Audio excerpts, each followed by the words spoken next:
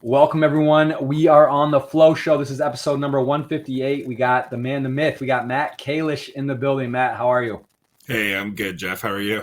I'm good. It's busy. It's FOMO overload. There's so much going on in the world, sports, NFTs. I don't even know where to start with you. But thank you for making the time. Thank you for being here. And I guess we'll just kind of dive right in. For those that maybe don't know Matt, he is you are actually the president and co-founder of DraftKings, major brand. Hopefully everyone knows what that is, but maybe just talk to me a bit about you and how you started in this. How did you get into daily fantasy? You're co-founder with Jason Robbins, and how did this come about? How did you guys get in so early at the right time and just make the plunge? Whose idea was it? Give me the story and elevator kind of pitch.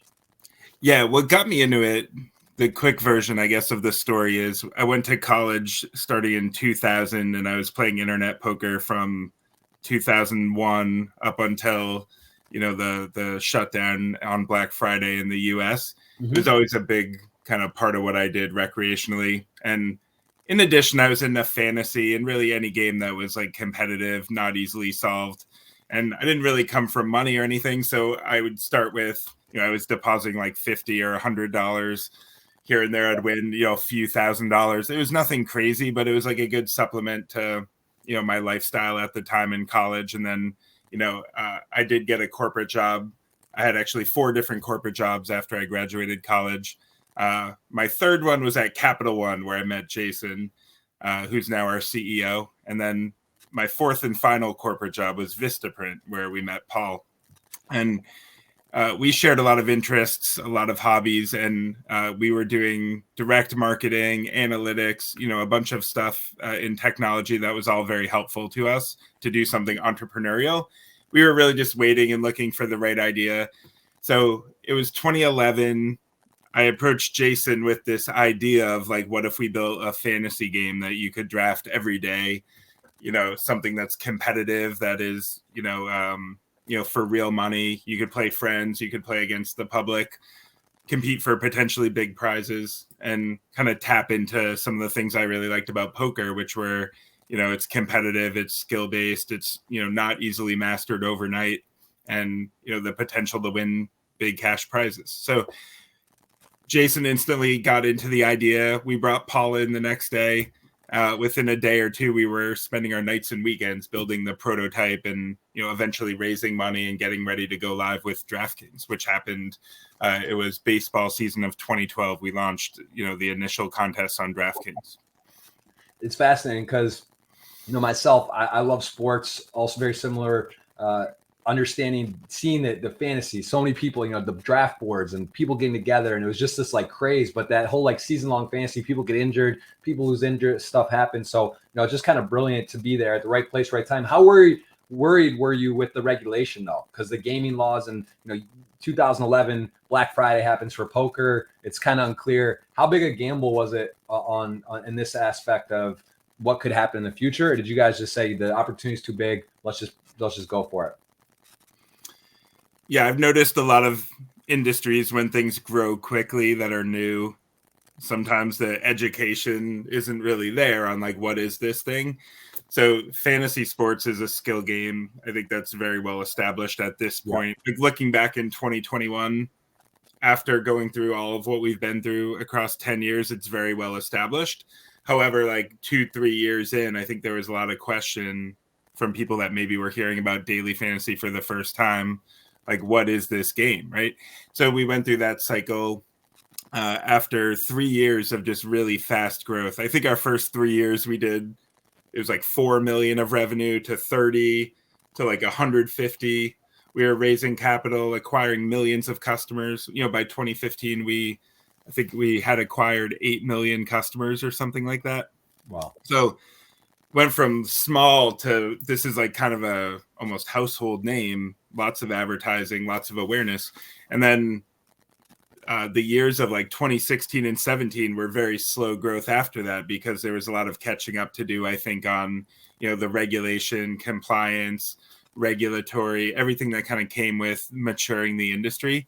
So as we sit today, there's like lots of really great, I think, oversight in, all of our products, fantasy, sports betting, iGaming. States have stood up, regulatory bodies there's like good consensus on the type of consumer protection that should exist, like the rules of operating different products. But we were really on the ground, in 2015, 2016, 2017, when a lot of that was shaping up. And, really kind of were like the first ones who had to comply with what were a lot of new regulations. So it was a big part of the company for a few years. And we really took a step back in growth while we did all of that. And how, in terms of poker, because it is so similar with the heads ups, the sit and go type formats, the multi tables. I mean, is this basically how you decided? And did you model it after poker because you had such a background in that? Was this sort of your idea with that, or how did you guys decide on the size of entries, and who came up with that? Who came up with the different formats and variations? So it was certainly inspiring. I mean, a lot of people who got involved with daily fantasy early on came from poker backgrounds. I think like our maybe like 9th or 10th employee is John Aguiar, who is at the time a well-known poker player and one of my good friends today. There was sites that got launched by professional poker players like Taylor Cavey and Andrew Wiggins, for example, with Draft Day would be an example of that. Mm-hmm. But lots of people from poker kind of saw this as what's next, and I don't think that they were wrong in the sense that there's millions of people who play fantasy sports. They want to do it competitively. It's a skill-based game where you can improve, get better. So there's lots of opportunity, I think, in terms of like exercising that part of your brain that made poker so appealing, and applying that to fantasy.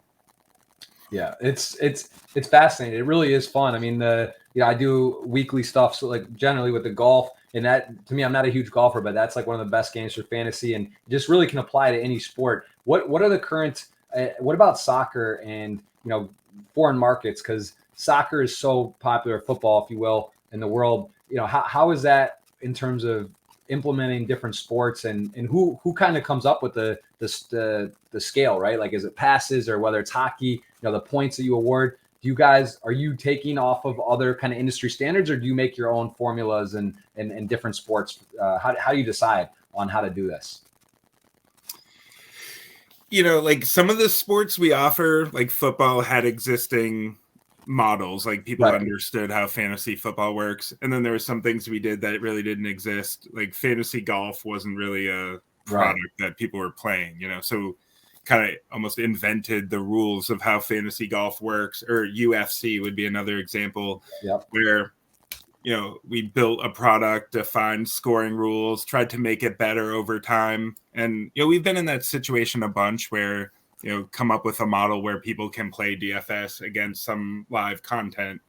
Esports would be another example as well. Like, how do you do an esports draft against Counter-Strike or something, And so we have a game team that really design a lot of the rules, and they try to understand, like, how do you build a competitive fantasy game given like how it works in real life.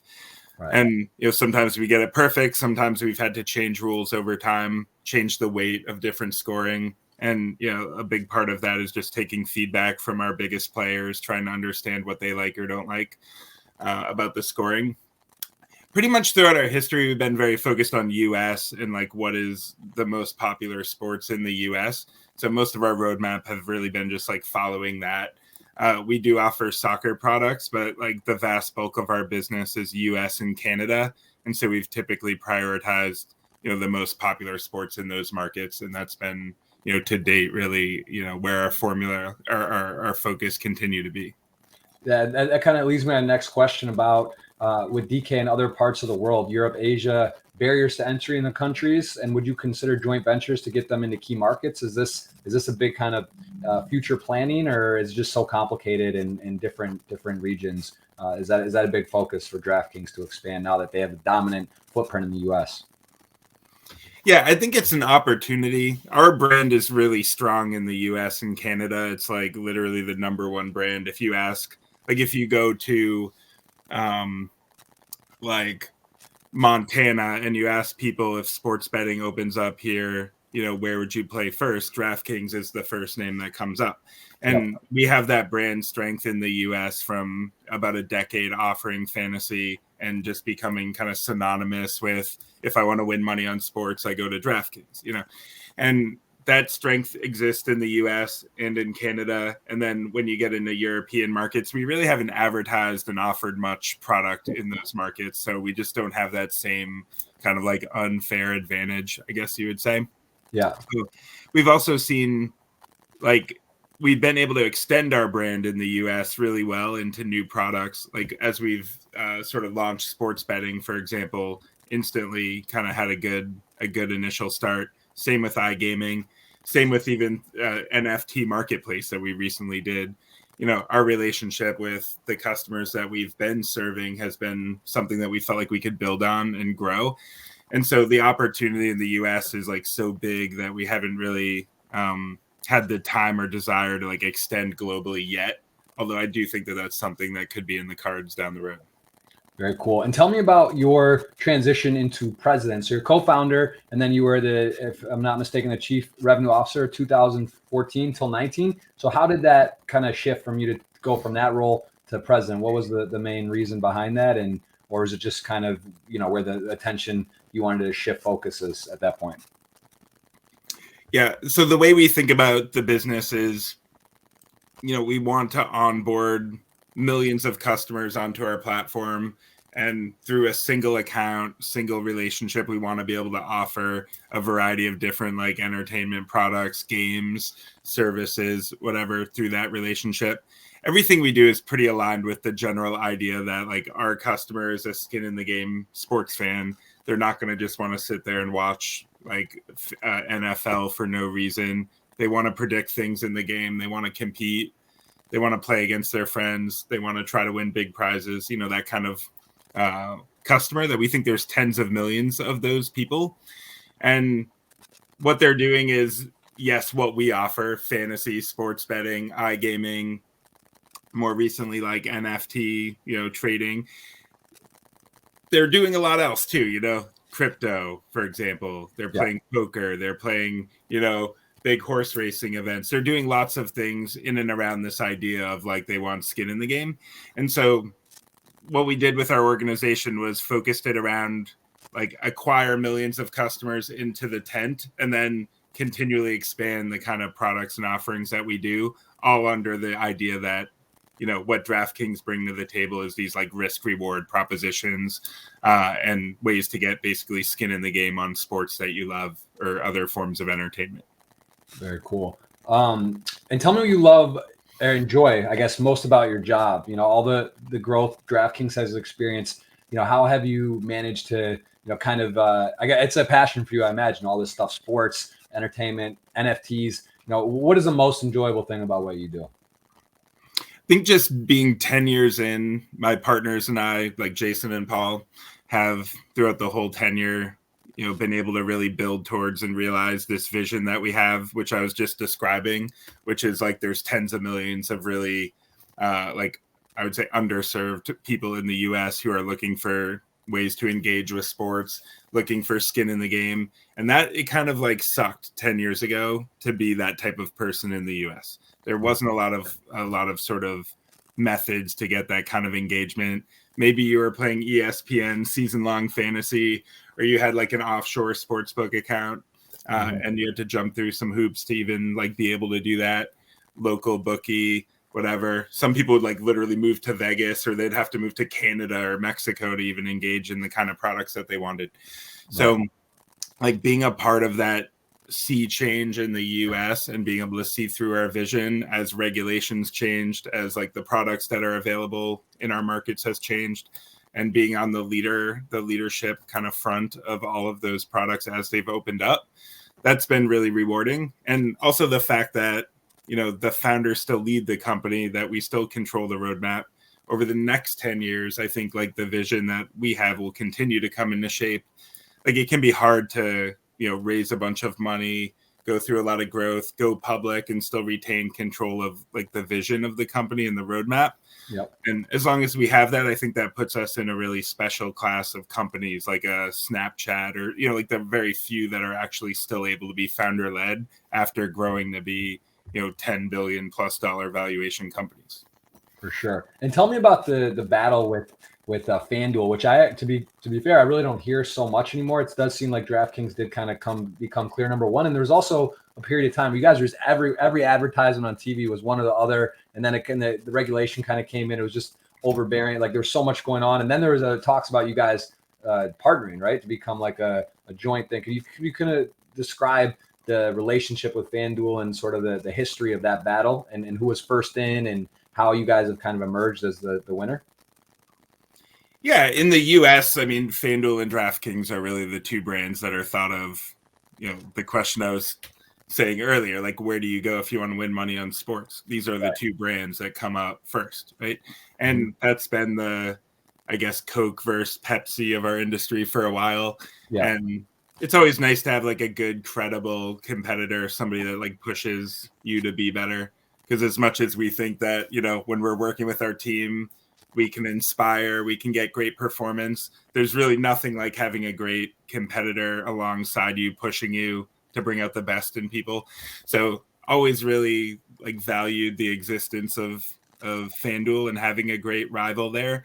And they've been through a couple, I think, stages. Early on, they kind of were a founder-started company. Nigel Eccles was CEO. A lot like us, they started 3 years earlier, started, exposing fantasy into the US, building an audience. It took us years to get to the same size as them. And, by I believe it was like 2017, they had a big change, which was they got acquired by Betfair, the European gambling company. Yeah. So now FanDuel is kind of like a different version of what it was, earlier in the 2010s. FanDuel is now part of the biggest gambling company in the world, So that gives them a whole bunch of, I think, benefits. It also, I think, changes the dynamic of the company a bit. And, they've been extremely effective, I think, in attracting, retaining customers in the US. And that's been, a company that we've been able to learn from and just continue to get like sort of motivation on in terms of like, how can we be better? Just looking for things that maybe like FanDuel does well that we should be doing better and thinking about like, what are our advantages and what do we do best? Very, very cool. And I got to ask you about NFTs. I mean, we see here, it's on your, your avatar. We got this. It's a part of, I know who you are. You've made some statements about it and how much you enjoy it. Where did you find NFTs? When did you first get into it? And what makes you so bullish on this market? Yeah, the two things that got me into it, because during COVID, I started collecting cards. Like behind me, I have all my it's a bunch of like sealed product. I got some stuff there too. I'm obsessed. I love sports cards. I kind of like a childhood memory and getting back into it. It's becoming so popular now. It's also like a way of sort of betting, right? You like buy, it's like, oh, this guy, is it going to go up? Or, you make a bet on Zion or someone and buy a bunch of them and hopefully it goes up. So yeah, it's fascinating. I think it's so fun. And yeah, please tell me more about like that part of your enjoyment. Yeah. I mean, honestly, I could easily be on that show about hoarders, who just have literally everywhere in my office is like cards. I'm going to turn my screen, like stack of sealed stuff that I'm putting in acrylic cases. It's absolutely stupid in my office. And like the fact that I can do any work in here is just amazing. So I during COVID though is really when I picked it up heavy. And I think the whole market for physical, sports cards, collectibles really kind of mooned in Q1. It was like growing super fast, Q4 last year. Yeah, and then the Last Dance comes out, and COVID at the right, and like all this stuff goes bananas in February or so. And I think that it was a good time to pick up a new hobby and sort of dive into that stuff. So that's literally when it turned on. Like you didn't have sports cards much for the last 10, 20 years. You weren't doing anything with it. Not too much. It was honestly to be honest, I never even really had the money to be going around buying like collectibles and cards too much until it was really just in the last 2 years our company went public. It was like a little easier to invest in some hobbies I had. Right. And so, anyway, I bought some cards. I was like getting more into the industry. I became friendly with Gary Vaynerchuk, who was also at the same time he was like, oh, I have a bunch of Jordan rookies. He was investing in cards heavily, right? And, you know, as NBA Top Shots, as, you know, CryptoPunks and some other early like high awareness NFT projects started popping up. This was like February and March last year or this year. You know, that's really when I started diving in and saying, like, I kind of like where this digital collectible space is going, the NFT space is going. I have these stacks of cards behind me. I'm almost like a warehouse manager. It's like, you know, hard to even maintain and keep track of a great business, and I know there's people doing sort of this thing because it is. I remember back when I was a kid. I'm 35. I'm not sure. Are you're I just turned 40. Okay. But like there wasn't a lot of ways to do it. That's one of the things that's so exciting now is the information, right? Like you can scan it or upload it. You can see there's like prices, where it's at quicker. It's hard though to display your cards. I feel like this is something that it's similar to like pictures as well. You know, you have so many pictures. Like if there was a way to like display it on a wall or a case, but even then doesn't really make sense. It's kind of hard. Like you have so much cool stuff there, right? But they're like in boxes. Like that's something that's like tricky for me though. Cause and then you have it like tucked away and you want to be proud and show it. Like that's what's cool about NFTs and, you know, use your avatar and kind of flex. And it's like fun and shows your personality a bit and all this stuff. But like cards, it just, you know, if I were to come there and hang out and like, it would be kind of tedious to go through and just show me what you got and go through. What are your thoughts on that? Because that is one thing I have a little trouble with. 100%. I mean, this was kind of like the early, because once you get aside from the fact of it's a digital collectible, can I just like copy and paste it and own it or whatever, which is like the first phase a lot of people go through. Takes you maybe a week to get past that phase. Yeah. Then you're like, okay, here's what is great about digital collectibles. One is really easy to maintain your collection. Like I don't have to worry about half the things that I do, like storage, maintenance of the stuff. What if things get ruined? Grading. When you ever want to transact something, it's easy, right? If I want to sell my cards, I'm on eBay or something. I'm making listings, dealing with PayPal payments, whatever. Crypto and NFTs is quick. I mean, I could sell something out of my collection that's worth, you know, hundreds of thousands of dollars in 1 minute, and it's just not right. Being able to actually show your collection to people is totally different ball game. Like I could easily share with anybody in the world my entire NFT collection if I wanted. I can figure out what I want to feature on social, etc. You just can't do that in the same way with physical collectibles, physical art, unless somebody's like in your house checking out like what you like. They probably don't know that much about what you like. And then it's maybe inconvenient because maybe you have it kind of, you know, tucked away, or like you don't want, if you're in an office or in your home and you have, you know, people coming through or cleaning or something. So it's like you got to like put in a safe or do something. And I don't know. That's the one part that I don't quite get. And I do think there is, I guess I want to know what your thoughts are. What is like, what's your pie chart of collectibles, NFTs versus sports cards? And now with NFTs, is it shifting? Because are you still like, I like to have the physical ones a bit? And would you say it's 50-50? And are you sort of segueing one way or the other if you had to go from now on? Give me a bit of insight on how you would view the NFTs versus card collecting, like in terms of what you feel makes more sense. I would say like my pie chart is I'm probably like 80% plus in digital. Oh, wow. 20% in like physical cards and art. And like, yeah, I guess the way I was thinking about that is I don't know if I intended for it to be that much, but the digital side just grew in value a lot this year. And so it kind of ended up that way. You know, I didn't like initially put it in at that ratio, but the values have just changed a lot. Right. And, you know, within the digital side, I would say like CryptoPunks are my biggest, probably like a little over half of what I'm holding is CryptoPunks. And then like the rest is a mix of, you know, popular projects like Bored Apes and art blocks. Like a little bit of coins, not too much, just like pure coins. But I do own a little bit there. And then I've recently got into like yield farming and some other things that I think are kind of interesting DeFi projects that are fun.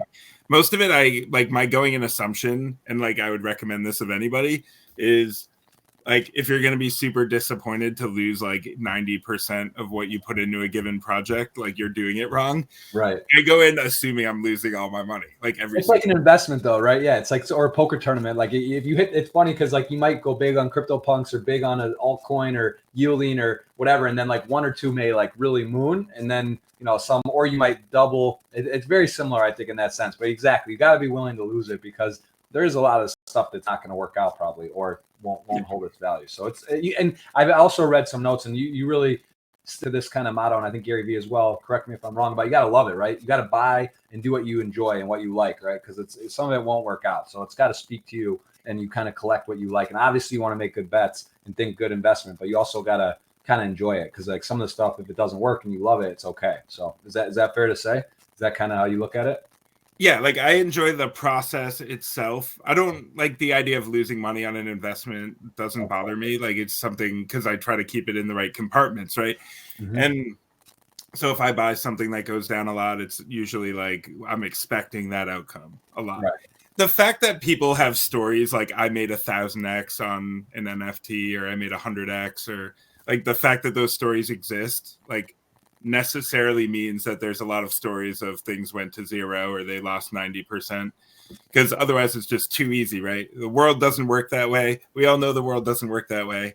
If you could just make 100x on everything without like bad things ever happening, then there'd be like infinite amount of money in the world and everybody would be billionaires, right? Like, right. We know it doesn't work that way. So yes. Like the fact that the stories of like 100x, 1,000x exist, that means you should expect to lose all of your investment a lot anytime you're buying an NFT.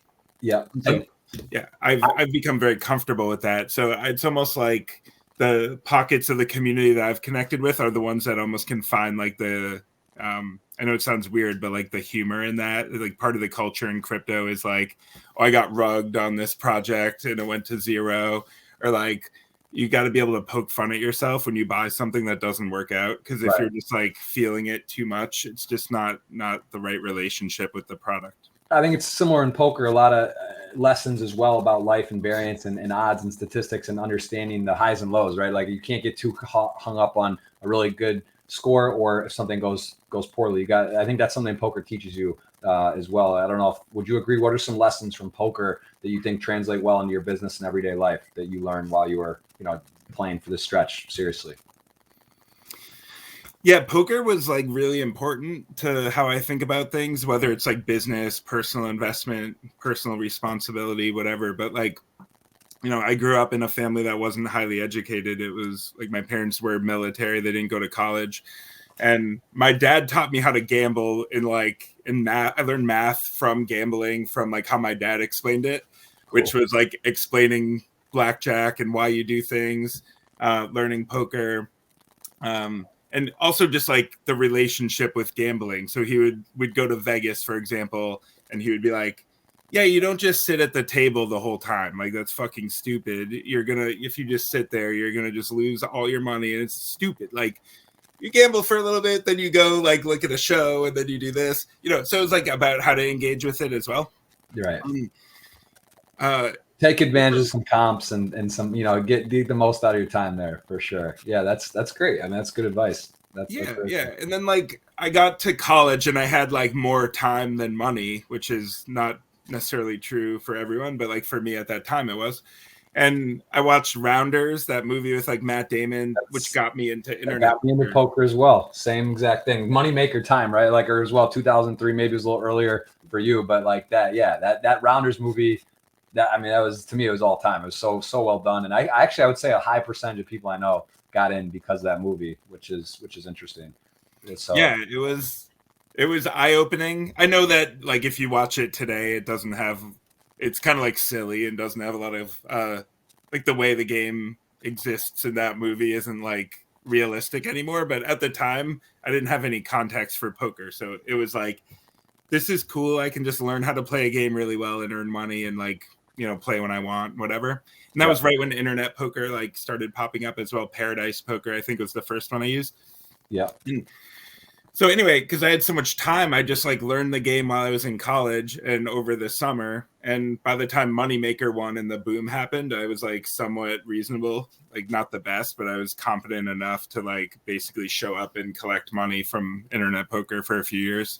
I think like everybody who was reasonably competent was making money in like 2005, right? Yeah, 2003, 4, 5. It was 4 years. 2004. You just had any common sense, you were going to do okay on there. It's interesting you mentioned Paradise. They made a book. The guy, Ben, I believe Ben Misrich, if I'm pronouncing it right, who did Bringing Down the House, he made a book called Straight Flush. And it's the story of fraternity brothers, I think Montana or somewhere like they went down and moved to Costa Rica and built this $1 billion company. I think it could be a great movie, actually. Like, it's a niche market, poker, but it's like, that's it. I mean, what else? That's a great storyline. Frat brothers move to Costa Rica, turn into a $1 billion company, like the rise and fall. It's got all the makings. Maybe DraftKings could sponsor it or do it, and maybe one of the guys goes into, I don't know. Just an idea, but that could be a great movie. I don't know if you know that story of those guys, but it was a book made by Ben Mesrich. Have you read that by any chance? Yeah, I haven't read it yet, but I'll have to put that on my list. Yeah, yeah, I know their story at a high level. And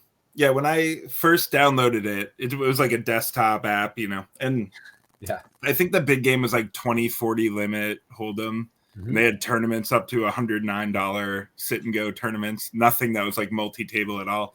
So the game's obviously changed a tremendous amount, but at that time it felt like it was possible to get to the top, because like the biggest games weren't like so unreachable.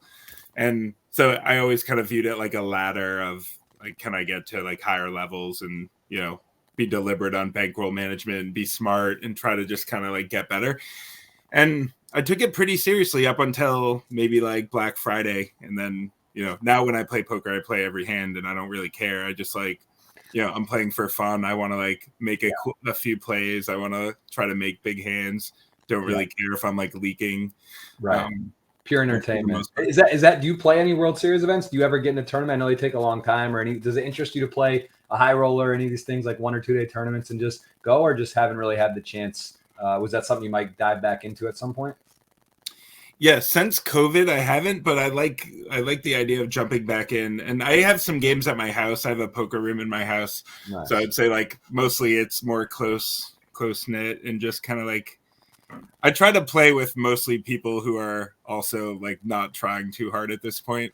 So you know how it is, right? It's like you don't want to be the only one not trying, and you're playing against a bunch of people who are just like really, really, they're thinking. What's the famous Rounders quote, right? You don't want to be, if you're the guy at the table, you know how it goes. You don't want to be that guy, because it's also important, right? You either want to be in or out, and if you're not like taking it super seriously, you don't want to go and show up at the Bellagio or Aria and just like fire against a bunch of guys that are studying solvers and stuff. So I think that makes perfect sense. I want to ask you about your MBA from Boston College and undergraduate training in economics and computer science. How do you feel that, do you think that's helped you in your career or hindered you at all? Anything in particular that stands out that was, that you think is a plus or minus by doing that with what you're doing now? The way I did my MBA was like a night program while I was working, which is for me that I always thought made more sense, because like at the time I felt like I was gaining a lot by actually working. A big part of that was like earning money, but then also like the experience you get from working and like really applying skills, like it's one thing to study a topic. It's another thing to like really be executing and operating. Right. And so my job at the time I was at Capital One, I was in an analytics job. And yeah, I felt like I was picking up a lot of like real knowledge about how to run a company, how to like manage people, etc. And then I did my MBA at night, and I thought I picked up some interesting skills. It was like I could probably have take it or leave it, looking back. But at the time I thought, hey, this is nice. I get to learn more about each function of a company.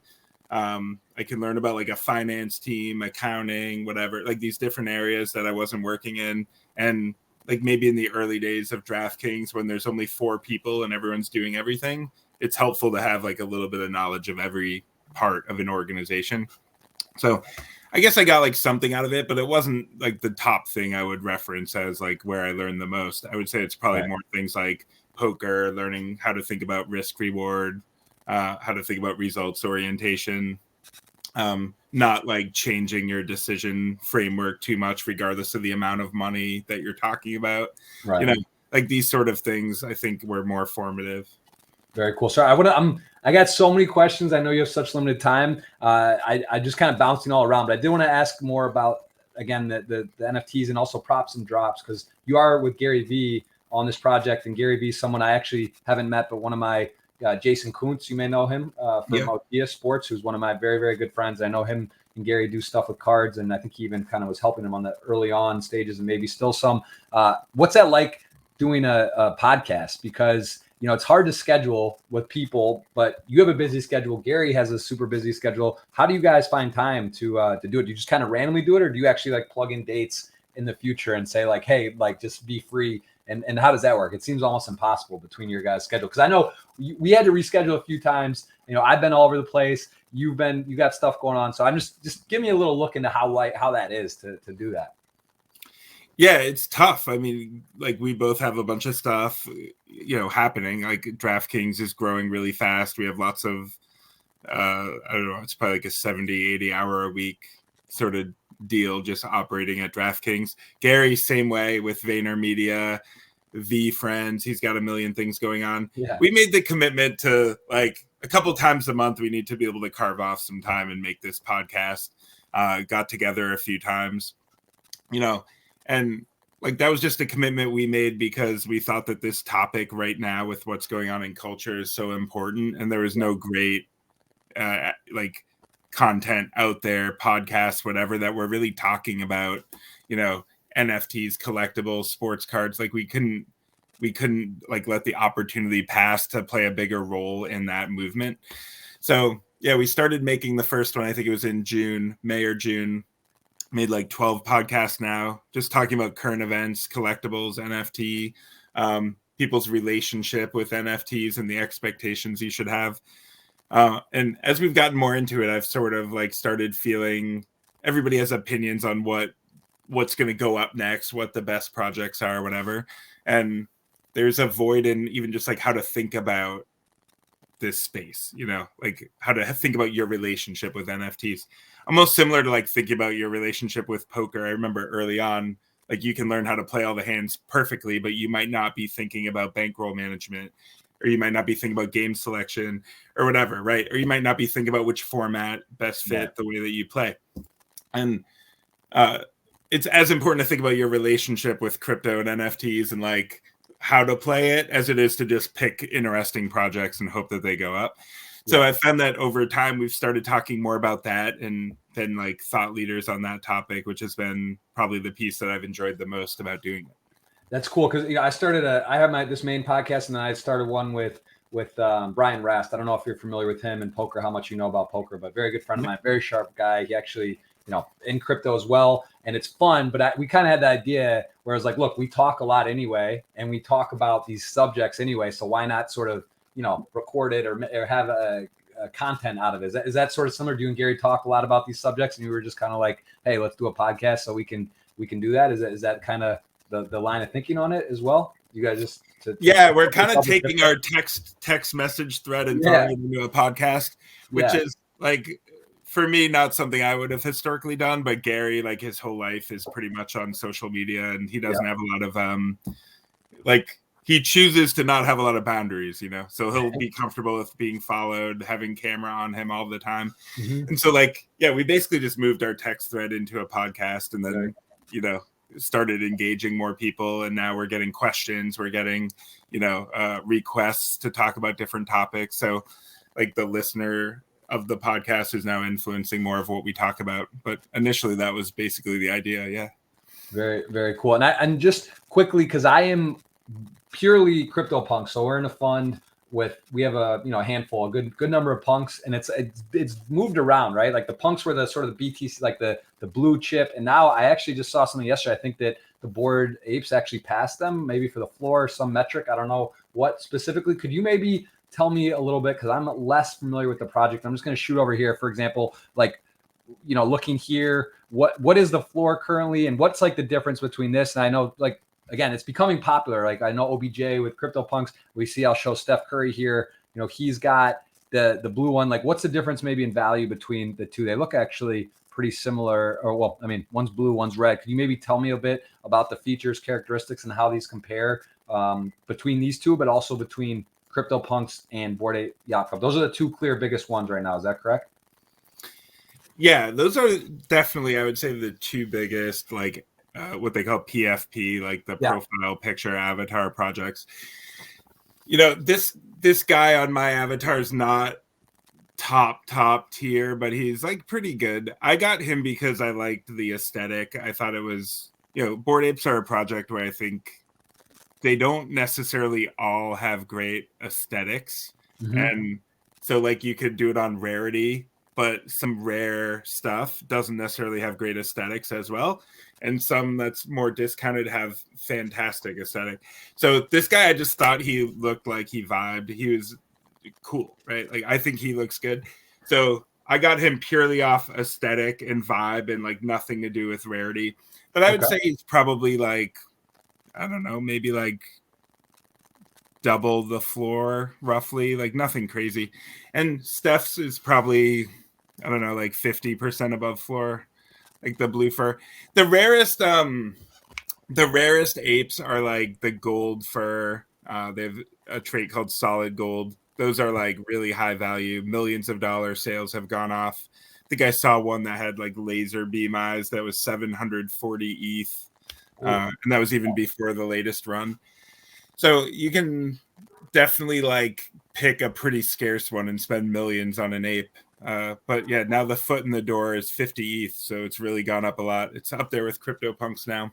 Yeah, I saw. I mean, yeah, it's bounced around, but CryptoPunks have dipped a bit. But it's all part of the ride, right? That's part of the fun. That it never stops, never sleeps. Crypto, it's like, you know, if you like action, crypto is for you, because it's all. You could wake up in the middle of the night, use the restroom, and be not want to. You know, it can shock you. Give me a bit of a look in how you relax and unwind. You have so many projects, so many opportunities. What does it get overwhelming, or is it just all fun? Because even like looking behind you, you know, with all these boxes and stuff, like I'm sure there's not enough time in the day, right? You got meetings scheduled in, this, that, you got all the other stuff you have going on. Tell me how you sort of unwind and relax, or do you?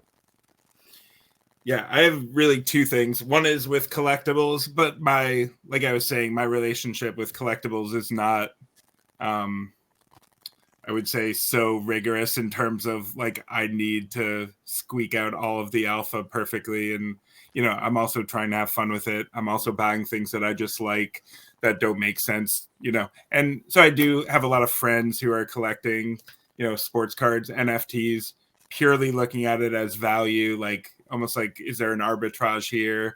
Or basically like a sole proprietor, right? You're just like, I'm going to find ways to earn money from this. And that just isn't really my relationship with it. So I'm able to have fun. Just, you know, this is a release for me, just buying things that I like. But also, like you don't want to be a fish, because it's like you want to make good bets and you want to get stuff you love, but you also don't want to lose 50, 60, 80% to have some cards away. So I think that there's a learning curve, just like anything getting in. But obviously having smart, sharp guys like Gary Vee or Jason or people around, you know, it helps, right? Like the more you guys are sharing information and what works, what doesn't, you know, what's hot, and it's got to be really fun. Give me a little bit of a look in terms of a typical day. What is you know, you have scheduled stuff. Is it you have an assistant, and obviously in scheduling, is it just crazy? Are you like literally day to day, back to back, every 15, 30-minute meetings, or does it just depend very day to day? Like give me today, for example, what it looks like for you. Yeah, the DraftKings like job is interesting because we do have a sort of traditional work hours, but all the games are at night as well. So I feel like it's kind of like 9 to 5 plus all the games happen at night. So you're really just always paying attention. So that's how I think I've ended up getting into like a whatever 70, 80 hours checked in on DraftKings a week. And yeah, so I would say like pretty traditional though, in terms of like I wake up, I start my job at like 8 o'clock after I drop my kids off to school. Then I'm like working, meetings, Zoom calls, whatever, business development stuff, project roadmap meetings, talking about marketing plans for things that are coming up, recruiting, team building. Like I mix all of those things in my schedule. And then yeah, by the end of the day, like 5, 6 o'clock, I'm usually just trying to like wind down the like formal part, and then I check in on just what's going on in sports. This year I got season tickets to the Celtics, so I've been like, that's a meaningful commitment. I've been to like almost every game, and just trying to also be present like after work with my kids. Just I have a 6th grader and a 3rd grader, 2 daughters, and so that's like, now that they're a little bit older, that like my older one's getting homework. She has like real things happening. It's middle school like girl situation, so like real life stuff is coming up, and I feel like these years are like pretty formative, and I want to make sure I'm engaged there as well. So like I'm trying to make sure that I'm carving off the appropriate focus there and staying checked in and engaged. Do they think it's pretty cool what you do? Are they involved in sports at all, and do they like know kind of the scale and what you're doing, or is it just kind of like, oh, dad works for DraftKings and is involved with some sports? Oh my God. Yeah, I was gonna say, like, I think my oldest daughter's like my biggest troll kind of on this stuff. Like, of everyone, she might be like the least impressed with anything that I have going on. She's just like, I remember she came home from school and she's like, Dad, you only have like 2,000 Instagram followers. I like know people have millions of Instagram followers. Just pulls up, D'Amelios or something. Yeah. It's like, okay, I can't win. But it's like a good time. I think that they're starting to be aware of like what DraftKings is, the kind of position. Yeah, I'm sure. Yeah, they got their friends that are boys and stuff too are probably like, man, like exactly, like that's the coolest thing in the world. They're like, your dad's running like the coolest site or like the biggest thing for sports. So yeah, it's got to be kind of cool. But yeah, that's good. They keep you in check. They heat check you and want to show the compare. They don't let you get too carried away because it is pretty. You do have a cool job. I'd say the dream sort of situation job in sports if that's what you like doing. So it's very cool. I got to ask you about poker. Are you surprised that poker is not legal in the majority of USA states, especially with, I guess, correct me if I'm wrong, sports legal at a federal level, and there's still some states that you can't play daily fantasy in, I believe, maybe like 8 or 10 or something like that. But does that surprise you that like it's not the same rules for poker? Because I mean, I would say poker is much more skilled than daily fantasy, or at least compare and like what it's similar, right? So like, does that shock you, or is it just like how it lobbying and just because of Black Friday? Like, give me your outlook on poker and what the comparisons are and what the issue is, why it's not fully legal in the U.S. Yeah, I think there's a good bit of momentum. Like I know Michigan launched recently. I think Pennsylvania as well. I'm from Michigan. Yeah. My dad plays every day. He still lives there, and it's great. Those are fairly major states too. So yeah, there is a time I remember, like I would say maybe like 2008, 2009, where a lot of people, I think, from the industry believed that poker would become sort of regulated in every state. It would be a really big business in the US. That hasn't really happened yet online. I do think, though, like with the general momentum legislatively with sports betting, with iGaming, poker is kind of included in that momentum. And I'd be speculating to even say like why it didn't go better. My guess would be that there just wasn't that many stakeholders. Like if you think about sports, like leagues, teams, athletes, media companies, everybody wants to see this happen and thinks, even like consumers think in general, I should be able to bet on a game. So there's not a lot of like detraction from it, and a lot of people want to see it happen. Leagues want more engagement. Athletes want their fans to get closer to them through betting. Like media companies want viewership on the games. There's just like a lot of interest, and fans want to do it. Right. Like overwhelming, like 70% favorability in referendums kind of thing. With poker, there's just not a lot of stakeholders, It's pretty much just the operator and players. And I think maybe that was a little tough to get momentum when people have busy, like if you're a legislator, you have a million things you want to get done. And it's like, who's really beating down my door to get this bill passed? Like, right. I wonder if it's just kind of like wasn't bubbling up high enough kind of thing. But do you think in the next 5-10 years, like, if you had to bet in 2025, do you believe that, like, what would be your prediction? Have you given any thought to it, or like, would it shock you if not half the states or more by 2025 are legal for poker? Or do you or no idea? Do you have any kind of hypothesis on that? I mean, I don't have a hypothesis on that, but I wouldn't be surprised to see more states move in that direction. And I think consumers appreciate having like a regulated, safe product that they know that, like, if I put money on, that there's going to be some kind of oversight. I know that there's always downside, like maybe because of taxes and the overhead, there's more rake or something. Like there could be things that detract from it. But in general, like you don't want to have like a lack of availability of a product you really want to play. You know, you don't have to go to like a offshore situation that you don't trust, or you don't know like how your money's getting out, or if you can rely on it to get out every time. Right. You want to know that the software has been looked at and that it's fair. Like, and so I think there's a lot of benefits to like a regulation around poker in the US. The other thing too is like as more states pass it, the prizes get bigger. Like if you can pool the liquidity, if people can come together in the same tournaments, the product just gets better because more people are coming together under one umbrella. So yeah, I think these packs, like I know Nevada has a compact with New Jersey, and I think Delaware's in there. Like as the states put together their liquidity and the product gets more interesting, I think there'll be more demand for states to like jump in as well. That makes, no, that's exactly right. I got to ask you about co-founder with Jason Robbins, being co-founder with Jason Robbins. Do you guys normally see eye to eye, or have there been some challenges with major decisions, maybe based on a little bit different backgrounds or viewpoints? Like, does any moment in particular stand out where it was like you were dead set one way, he was the other? And, you know, how do you guys sort of, as the two co-founder, you mentioned a third name, but, you know, in the decision making on big stuff, how does that work? Are you guys pretty much, are you able to chat openly, liberally, and make good decisions? Or is it sometimes like, wow, no, like this is how I feel and this is how he feels and we don't know what to do? Yeah, it's interesting. Like we have a great relationship. I think Jason's one of the truly like elite CEOs, tech CEOs in the country. If you take any, like name a company that's kind of as big as DraftKings, growing as fast with as much future kind of opportunity as we have, like how we got into this position, Jason's been the CEO the whole time, right? He's pulling the strings.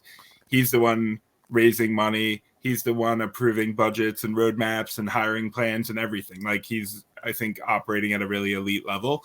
And, you know, he's in a position where he has to aggregate everything. I think my world's a lot simpler where I just kind of provide voice of the customer, if that makes sense. So our CFO probably hates me. Like I don't care about, you know, how our IR team is doing or feeling sometimes. You know what I mean? Like I serve the customer. I do our marketing. I do our operations. My job is like customers loving our product, customers being engaged. Like that's really what, you know, I focus my time on. So when I'm talking to Jason, like that's the perspective I'm bringing.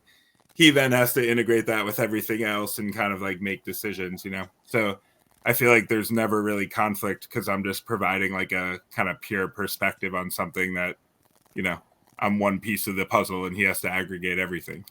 Does that make sense? It makes a lot of sense. I just, it seems, I mean, obviously there's a lot at stake, big decisions, and probably some, I imagine, even if you guys see eye to eye, generally there's been some times where it's not always just like you see exactly the same, but I guess that's part of the fun. And also if you guys really have that great relationship, it doesn't make it too hard, right? You guys know you're in the same common interest and looking to do the same thing.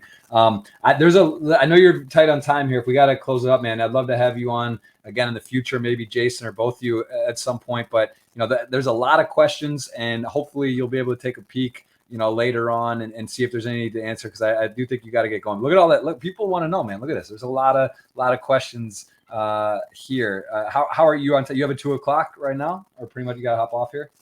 Yeah, I got to bounce. But what I could do is maybe I could just go in and start like hitting some of them off on Twitter. Should I do that? That would be fun. And I am going to do a $50 giveaway. I'm going to give away someone who engaged. So I can do that offline here. I know because you do have to zoom out, but we'll make sure we give the giveaway here. And man, I really appreciate it. It was nice to finally get to chat, and I appreciate you. You know, John told me that you had some poker background, and I maybe had seen or heard of my podcast. So you know, I really do appreciate you coming on, and you know, I hope we can do it again and chat as well. And hope maybe I've watched some of the YouTubes and stuff in the past as well, and like really appreciated your content. We should catch a game sometime.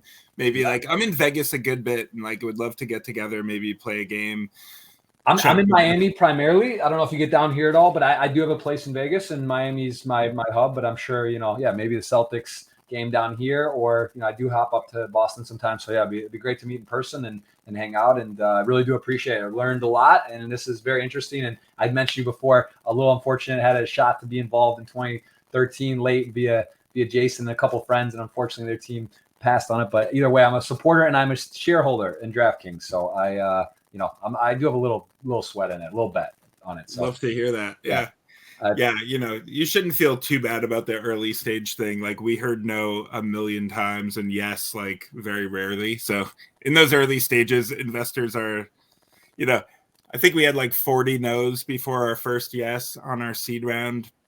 Probably heard like no 20 times and yes once in our A round. It's tough to pull the trigger on these like high risk early stage companies. And, just as long as you get enough of them right, then you're fine. Well, I just want you to let it be known. I was a hard yes. I fought and I got overruled by much more sophisticated and whatever. But listen, sometimes, that's what in the right generation. And like, that's why I like being around 20, 25-year-olds and stuff too. I like seeing what the trends are, what's hot, kind of get a feel for what's going on. Cause I think they're onto something and they give you a different perspective. But anyway, I'll let you run. Thank you so much for that, guys. This was number 158, Matt Kalish from the DraftKings. He is now president and co-founder. Appreciate that very much. Give him a follow on the socials, Instagram, Twitter. We'll put it in the video below, and this will be out on all the audio outlets, the major ones, as well as on YouTube, as you are probably watching right now. So thank you to Matt, and appreciate everyone watching. Thank you, Jeff. Have a good one. Sweet. You too.